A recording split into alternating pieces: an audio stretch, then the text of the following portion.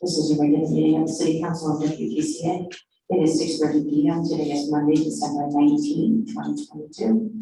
Participating this evening in person at the City Hall Auditorium is Councilwoman Hona and Councilman Minichia. Participating via Zoom, I have Councilman Waldron, Councilman Oliver, and Councilwoman Roulette. Before we begin the meeting, could you please stand and pledge the flag?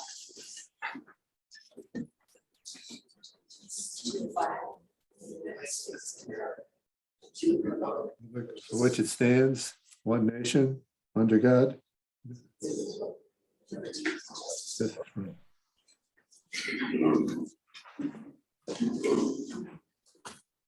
Jump right into item number 1 on this evening's agenda. I'll entertain a motion to open the meeting to the public in accordance with section 4E of the City Council meeting rules of procedure. Thank you, Councilwoman Hona. Second. And second by Councilman Minichia. All in favor? Aye. Opposed? And anyone from the public wishing to address the council this evening? Seeing none, item 2. I'll entertain a motion to accept the minutes from the joint meeting with the Board of Finance on December 5th, 2022.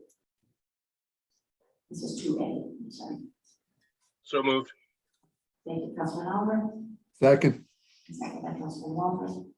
Questions or comments on the minutes? Seeing and hearing none, all in favor? Aye. Aye. Yes. Any opposed?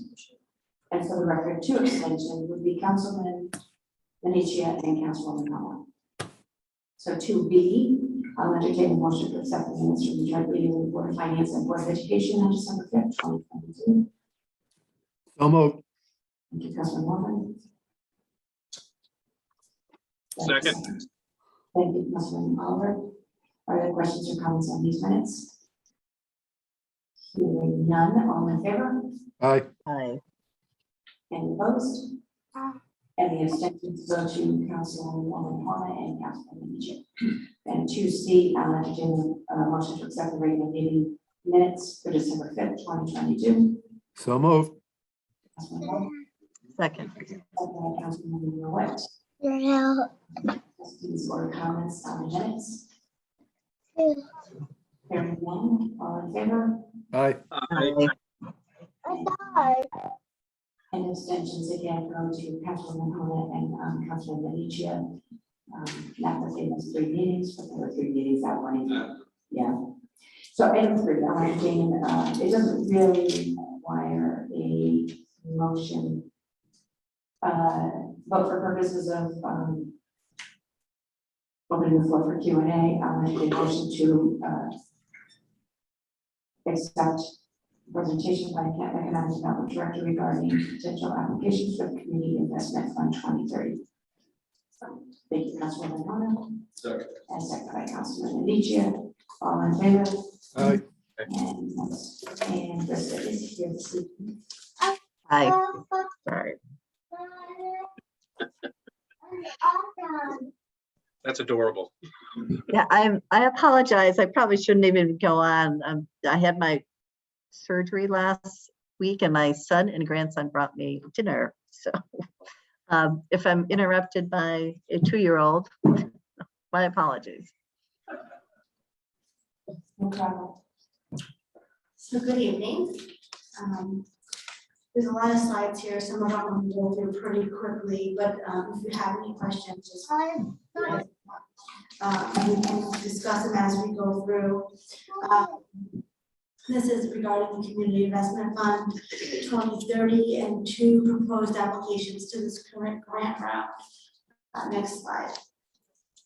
The Community Investment Fund was established by statutes to address underserved communities. Torrington does qualify as a community to apply to this. Over the next several years, they are anticipating $875 million to this program.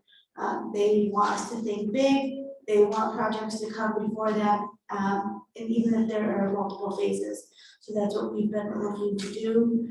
This is the second round. The first round was a very quick round. We got short notice on the fund, and then they opened the first round. This is the second round. The deadline to submit this application is January 6, 2023. Next page. Eligible projects are capital improvement projects, small business capital projects. They do want us to limit professional services, but they do allow planning funds as long as it's going to result in a shovel-ready project. So one of our proposals is a planning proposal, and one is not. The other one is under a capital improvement looking at home rehabilitation. Next slide. When we think about distressed municipality, we think about how to climb that ladder to thriving. So I created this visual graphic that talks about things that people, about economic development. When you think of economic development, what do you normally think of? When you think of community development, what is really meant? Talking about job creation, business expansion, that is all under economic development. When we talk about housing and neighborhood revitalization and community, that's under community development, but we need both, because we can't have a ton of economic development, you're creating all these new jobs, but then you don't have people to fill the jobs. So you need to have both. People want to come to communities where there is jobs and businesses to visit. So this is just a graphic kind of talking about why we're submitting the two applications we're submitting. One is really focused on the economic development side, and one is focused on that community development side. And the goal is to grow the latter together so that we can reach that thriving run up there. Okay, so next slide. So did anybody have any questions about the program? Okay, so we're gonna just jump right into the target economic development study. We're calling these targeted economic development sites TEDs. And what we know, I'm not telling anybody anything, but here they don't know, the Torrington company closed, and then the 2008 recession, Torrington really still hasn't fully recovered from that impact. We are recovering, as I happened to make, but we're making a strong comeback, and we're doing it intentionally a little bit different. We're looking at a sustainability and resiliency in this. We're not looking for that big company that's gonna employ thousands. We're looking for many small to mid-sized companies. Really, I think where we are most suited is that 25 to 150 employee range. We want to provide opportunity and resource for startup businesses to grow to be small businesses, and small businesses to grow to be mid-sized businesses. I'm sure you can hear Mayor Carbone talk about economic gardening. We know if we get 10 businesses to grow 10 employees, that's much easier and better. They're already rooted in the community than one business to employ 100 people. So that's really where we want to focus. We know that creative economies has found a home here, and for all the great things that that means, it also means it's creating a niche market for small scale manufacturing, things like woodworking, furniture making, glass blowing. People who are coming here are looking for retail services. They're looking for more outdoor eclectic type spaces. And our industry is looking for an alternate to transportation. Transportation is one of our biggest challenges. Can freight help either be the solution or help with that? So next slide.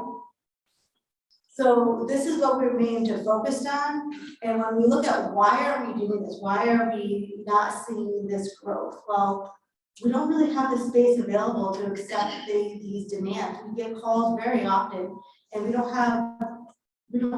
can't meet their needs. So we have outdated, underutilized vacant parcels. We have lack of or undersized public infrastructure. Our market data doesn't tell our story. We say this all the time. You can do a traditional market study, but we're a micropolitan. We're unique. We're one of 500 and something in the whole country. So we really need to do that market study specific for Torrington. We can't rely on corporations to do their traditional 5 or 10 mile radius market study because it doesn't tell our full story. And we have lack of access to the freight.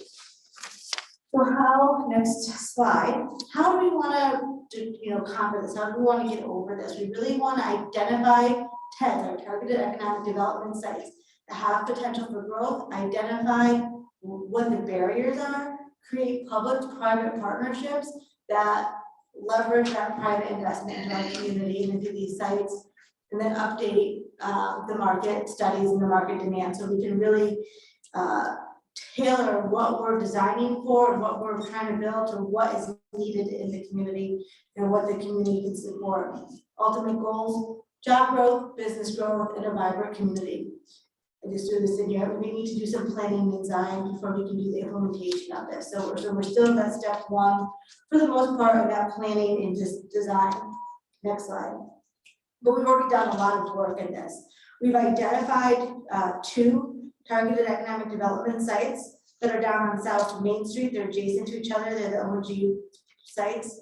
We've already identified the barriers for those growth, and talking with them is that they need a sewer line sewer line expansion, and we have that sewer line designed. So part of this request is going to be $2.5 million, and we'll get to the budget, but to construct that sewer line. We want to construct it right away, but knowing that we have those dollars to go to a developer and say, you don't have to fund this out of your construction budget, we have that money, we'll position this site in a much better place to accept development and make that development happen there. We work closely with ONG with that. Then we will continue to identify the other TEDs in the area. We've identified a number of them. We've started talking to these property owners. We started to identify what these issues are. I think there's other TEDs out there, and I think there's further study that we need to do in each of these sites to really figure out what that barrier is and create those plans that will help attract development too. Next slide. I kind of just went over that one too. You can skip right to the next slide. And this is the budget that we're proposing. The construction is an estimated $2.5 million for the sewer line expansion. The city will do the design and oversight. That's an estimated number there. And then the planning project will be about $300,000. And you can see a lot of the funds is in that concept planning and that infrastructure design, because that is what's going to leverage us to that next step for this construction project, like the fund wants. They don't want this to be a plan that's going to sit on a shelf. So less about the study, more about the design and getting us to that next step. So we have the next slide. We have been working with property owners, with stakeholders. We've talked with our legislators about some support. We're here to get support from City Council, and if you agree, we will prepare the grant application for submission in the beginning of January. So that's the next slide, and I'm going to stop here. I went kind of quick through these slides, but open it up to any questions on this proposal.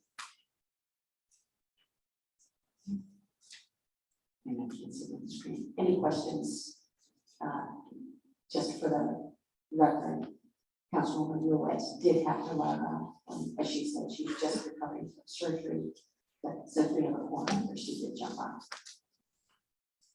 So if we have no questions on this first proposed grant application for the targeted economic development sites, go right into that. Okay, next slide. Next one, right now we're calling Love Your Neighbor. We may change that, but I think it gives you an idea of what we're trying to accomplish. It's a neighborhood revitalization strategy. We go to the next slide. And I use this quote, but there's many quotes out there. Not very long ago, companies could decide where they want to be and employees followed. Now employees are deciding where they want to go and companies are following. It's called the fight for human talent. And it's happening. And what we need to focus on to attract the people and the businesses is how do you build a higher quality of life? So you can move to the next slide. When we look at quality of life, the social determinants of health are conditions that directly affect quality of life. So the higher the level you are in these 6 conditions, the higher quality of life is. So instead of trying to reinvent the model, we want to write to something that's proven that we know affects quality of life. You can go to the next slide. So Love Your Neighborhood, this is not designed to be a global solution to all alternative distressed municipality problems. We are really focusing this, whether you use our ladder model that I showed at the beginning, or the social determinants of health and housing, neighborhood revitalization, talking about community, community engagement, walkability, placemaking. This is what this is aimed to focus at. Next slide. Over the past few years, really even 2022, we've focused, there are a lot of studies have been done. You've seen the Torrington Affordable Housing Plan, you've seen the Community Needs Assessment. Data Haven has an equity profile and our Palette FAQ report. And if you don't have any of those reports, we can get them to you, but I believe you've seen them. And really what it's shown us that housing in general, we're not talking about just affordable housing, but housing is a critical need here in Torrington.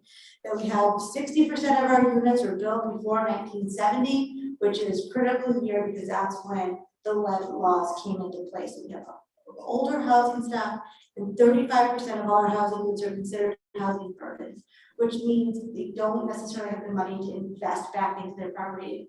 They need to, so we have aging housing stock. We also know that there's thousands of middle income jobs that are big in the region, and we need to try to attract people to help fill those jobs. Next slide. There's really two initiatives with Love Your Neighborhood. One is we want to promote social equity by tackling a neighborhood by neighborhood approach. This is designated for the most distressed neighborhoods, which is a good part of most of our core downtown area. So that the people who live in these neighborhoods have a voice on how the neighborhood gets revitalized and provide tools and qualities for that that's going to last a generation. When we talk about, we're talking about the housing, we're talking about parks, we're talking about art, we're talking about the street itself. How can we get in the neighborhoods and maybe go to the next slide and really identify what has to be done, and then provide resources and funds, and these would be citywide, to start to solve some of the challenges that have already been identified and some of the ones that we're going to encounter when we get into these neighborhoods and start doing outreach. Some of the programs, the resources are listed here, and I'll get into a little bit more detail in future slides, so I'm not going to go into it here. The next slide, neighborhood by neighborhood revitalization approach empowers people in the neighborhood to focus on those qualified census tracts, and it's going to improve livability and quality for residents. We've used the Love Your Black model as a model for the city to use to help with this. It's a proven model. It doesn't quite go as far as we want it to go, so that's why we're not modeling it exactly. But if you go to the next slide, you can see it really is about engaging local residents, designing initiatives with input from the community, introducing a mini grant option, activating volunteers, working with neighborhood groups, celebrating those successes, and making those initiatives sustainable. Next slide. So the first resource would be to create an RLF, or Healthy Homes Initiative. This would be to partner with a lending institution to offer a low rate interest loan that's not dependent on income, credit score, or ability to pay. The reason we need to work with a lending institution is they can perfect a lien on the property.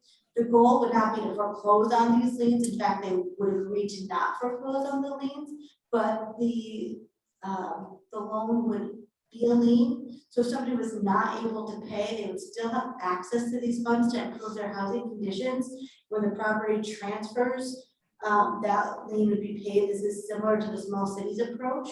But we would also offer some incentives to pay, or maybe we can forgive a certain portion of that loan if it was paid back over a certain amount of time. So that keeps the revolving funds, it keeps us allowing to loan over time, and everybody would have an opportunity to have access to these funds. It would assist homeowners, and it would be on existing houses. This is not for building new housing. This is working on our existing houses. And anybody would be able to access these funds. The next slide. The goal of these funds would be healthy homes. abate hazardous material, increase energy efficiency, aesthetic improvements, or if they need to leverage other funds for much larger.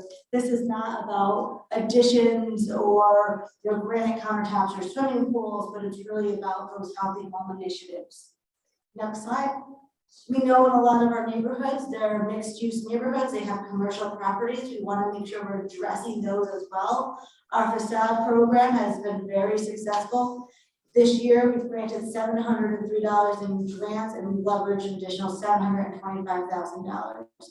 That's over $1.4 million in investment in the city from this facade grant program. We'd be asking for them to fund us to continue to go forward with this program. Next slide. There's some properties out there that are just too difficult for homeowners to develop, whether it's contamination, they don't have the means, or a whole host of different reasons. But this would provide funding for likely the Torrington Development Corporation, which is the redevelopment arm of the city, to acquire these properties, rehab these properties, and get them back into productive reuse and back onto the grant list. The next slide, we do need to make sure that with all of the housing demands that have come up, having a municipal department has to be part of this conversation. Not necessarily part of the grant ask, but it is part of this conversation to make sure that we are looking at housing as a whole and addressing all of the needs that we've identified throughout these studies. If you go to the next slide, this is the budget. This is a much larger ask. I had originally had a pared down version of this, and when I talked to PCD, they said, well, do you think those funding levels are going to make the impact you want them to make? And I didn't. And so he encouraged me, and I've talked with the hospital and some lending institutions to see what would be the capacity, what really should we be asking for. And these are the numbers that we think we could reasonably manage and make a significant impact on our housing needs. So the total request would be for $8.7 million.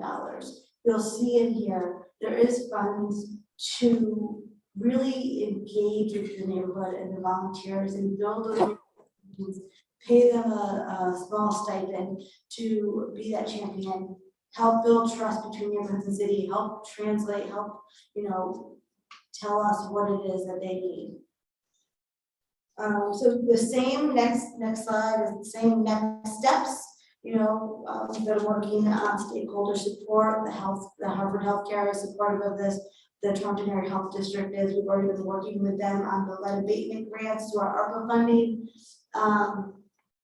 and looking for your approval so we can move forward with the grant application this month or next month.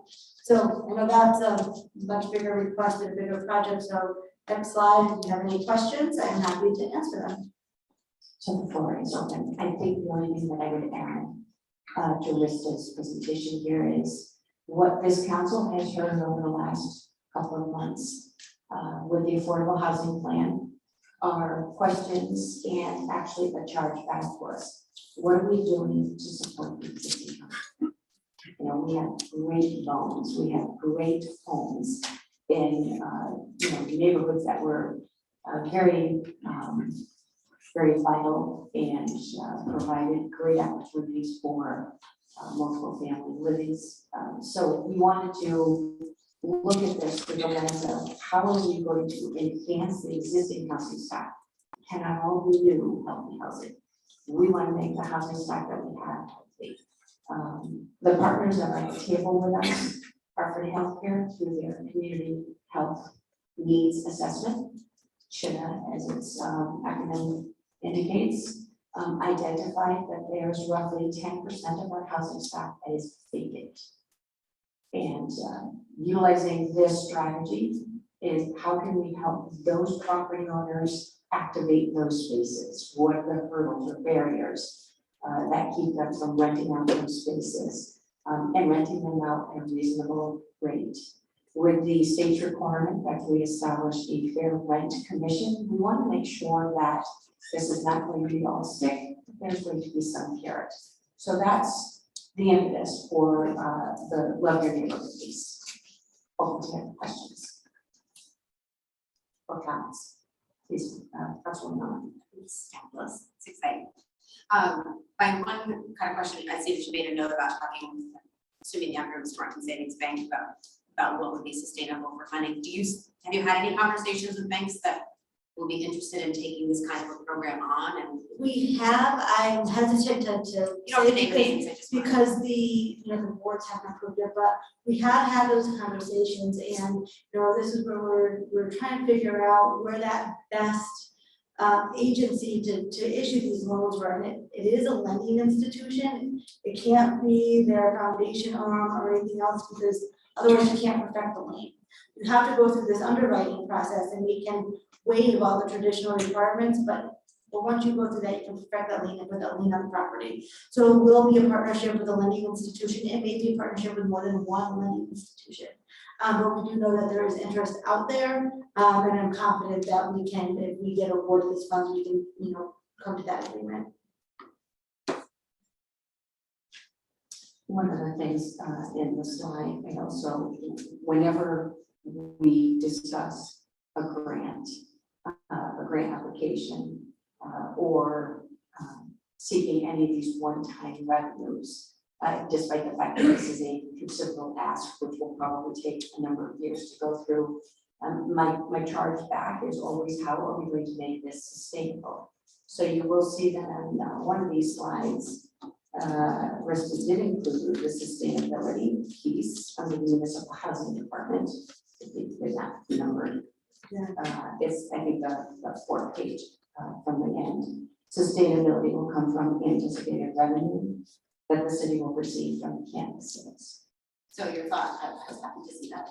Your thought would be that that would cover that particular, that employee for the long term. So it's not just a one-time job. And this housing department would be more than just an employee. We do believe that this is probably going to be a full department because not only do we have the issues of addressing homelessness or that housing security issues, we have, my office is inundated with calls from people that are being evicted and have no guidance as to where to go. The 211 system has been set up, but for us, it really has not functioned anywhere near the way that they, the state hoped it would. So I do see this department starting with an employee that will address small cities programs, fair housing complaints, these housing issues, working closely with whomever the lending institution may be. But I also think that there's going to be some social work component to this as well. So yes, we do look at what are those, how are we going to make this sustainable? Other questions or comments? And to quote, I quote to Harvard Healthcare and Torrington Area Health District and Detroit and the lending institutions, we're going big or going home on this one. There's no way to do this, with baby steps. You're either diving into the deep end, or you just can't make this happen. So Rist has done a tremendous job putting this together.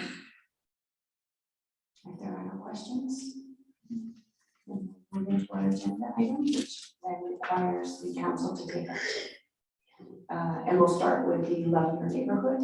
So item number 4, I will entertain a motion to adopt resolution number 143-235 for the Love Your Neighborhood grants, which may include neighborhood revitalization, addressing hazardous material abatement, and encouraging energy efficiency and facade improvements as further described in the Economic Development Director's memo dated December 15, 2022. Do I have a motion? So moved. Thank you, Councilman Medici. Second. And second by Councilwoman Hoda. And I think that the only thing that I would add is the Love Your Neighborhood. We're looking at the title in this. I don't know if it's required that we put the title of the grant application in the resolution because it is so closely phrased to Love Your Black. We were looking at, if there's a brand that we're going to infringe on. So perhaps the resolution is, instead of for the Love Your Neighborhood grants, it would be for the neighborhood revitalization grant program. So you're okay with that in your motion? Okay, and your second. Okay, all right. If there are no other questions, I'll call this motion. All in favor? Aye. Any opposed? Any abstentions? Motion carries. Item 5. I'll entertain a motion to adopt resolution number 143-236 for the TEDS grant, which may include the construction of sewer lines for South Main Street and includes a planning grant to further identify the challenges that must prevent investment in TEDS, as further described in Economic Development Director's memo dated December 15, 2022. Do you have a motion? So moved. And second, Oliver. Questions on this motion? Hearing none, all in favor? Aye. Any opposed? Thank you, that's a great presentation.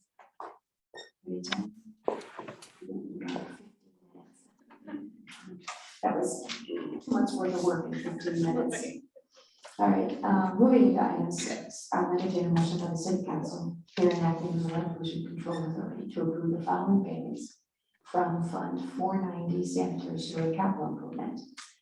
They're all payable to Wright Pierce for invoice 224776, 224777, and 224920. Do I have a motion? So moved.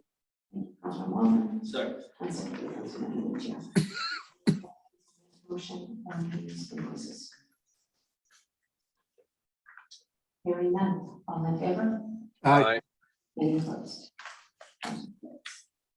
Okay, item 7, I'm going to ask the council to table this matter until further information can be pulled together. So do we have a motion to table? So moved. Thank you, Councilwoman Hona. Second. And second by Councilwoman Medici. All in favor? Aye. Any opposed? Motion carries. Thank you. Item 8.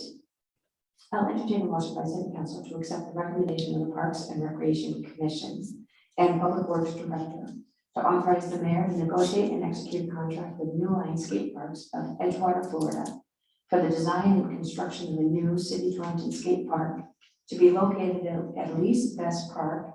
Funding will be from capital reserve account as further explained in Public Works Director's memo dated December 14, 2022. Do you have a So motion? moved. Thank you, Councilman Oliver. Second. And second by Councilman Medici. Are there any questions? Yeah. Yes. I still object to it being in this location. To the Park and Rec meeting back when they had it and voiced my opinion, but to no avail. So I have to vote no. Sorry. Further questions or comments? Just to kind of elaborate a little bit upon Councilman Waldron's comments, I have the same concerns. Was there any more research done into moving it when this conversation took place and when you guys were getting quotes from them? Did anybody discuss a price to move it?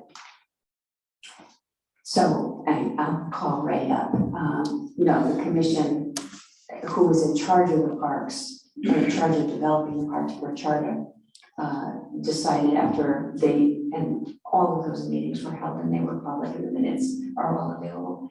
They did research and there is no other existing park where this can be relocated. So it was decided that this was the park and that it would be constructed there. It is going to, however, be very different than what was there. And I don't know, Ray, if you wanted to add anything. Yeah, I mean, just to elaborate, former Director Simmons did an extensive evaluation, which he did present to the Park and Rec Commission.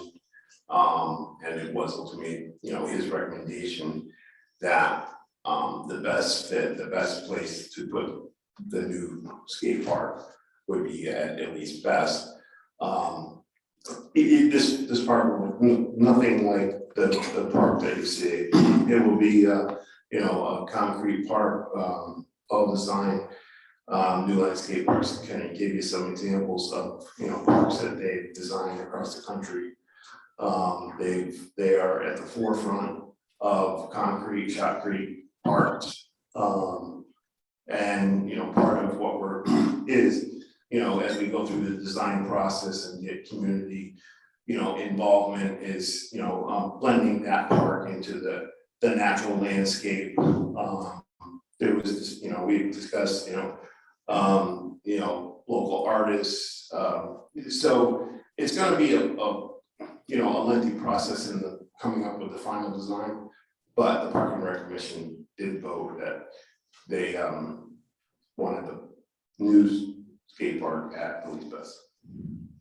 And I think the only thing that I would add is the selection process for this, this design company did include public input as well. Yes, so there were 6 members of the committee, myself, former Director Simmons, Chairwoman Fairchild, Rick Della Valle, who you may was instrumental in getting the former skate park for the city of Torrington. And are also, you see the score sheet, Mike and Ryan are members of the skate park community. I saw their first names and thought that was probably who they were. Yes. And looking at the map, I mean, the map looks like the basketball court's gonna still be able to, there's. Yes, so we're gonna turn the basketball court, so we'll just reorient the basketball court. And is the cost of doing that it's 400,000, right? Is that the budget? That's the budget for the skate park, not the reorientation of the basketball. I might have missed it. Is there a price for the reorganization of the basketball court? We have not vetted that budget number yet.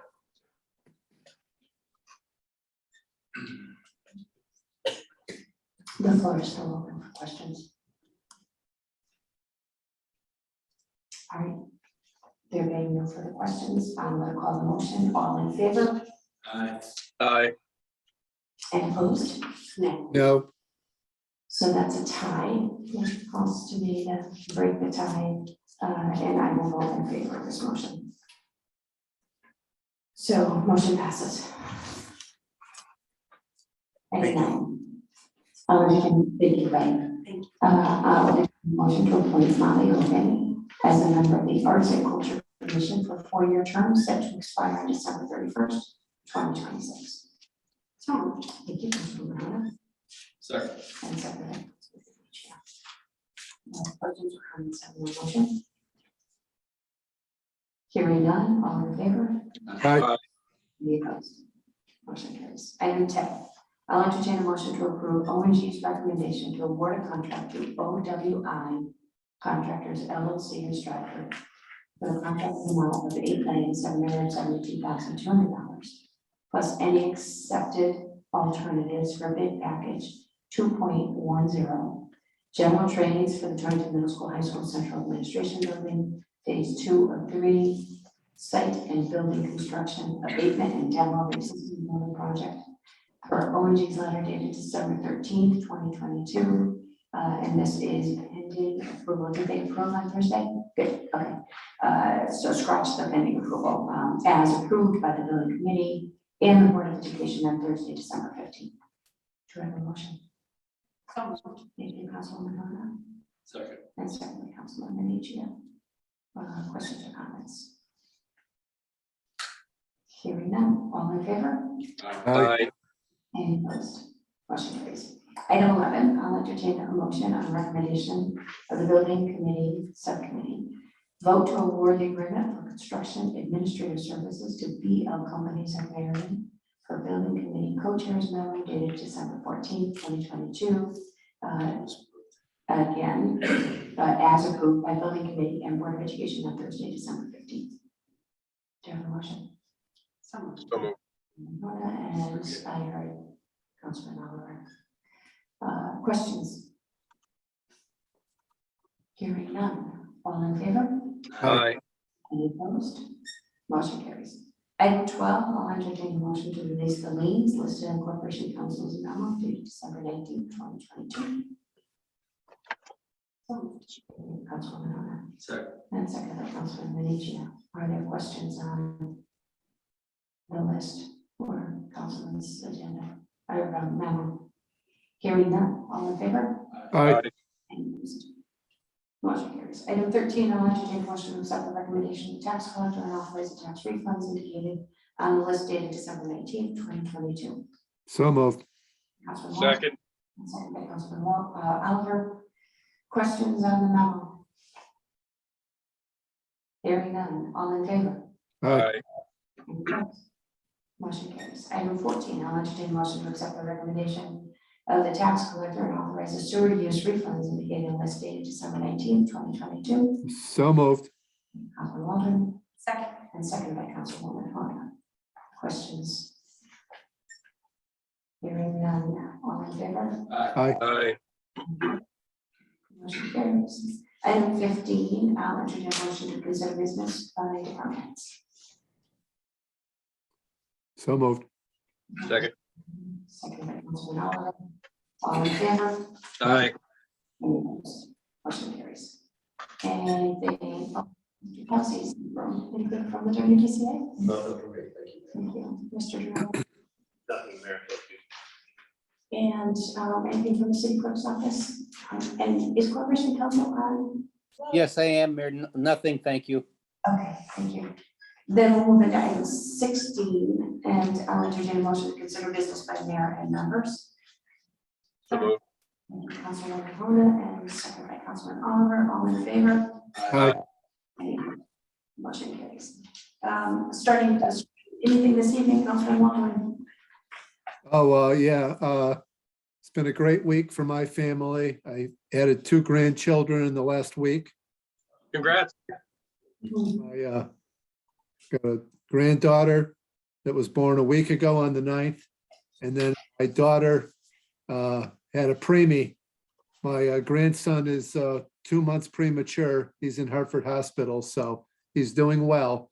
But we got to, he's going to need a lot of support. So everybody's doing pretty well. Anyway, Merry Christmas and Happy New Year to everybody. Thanks. Congratulations. Councilman Oliver, No, thank you. I was gonna say, how are you gonna top that? I can't. All right, Councilwoman. I don't have anything, right, thank you. Okay, Councilman Minichi. Just happy holidays to everybody and happy New Year. Thank you. And the only thing that I would add is, I know that I sent an email out to the council.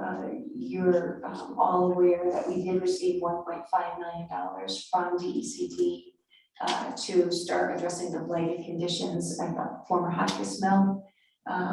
These grant applications, Rista will be finalizing and we'll submit those on January 6th.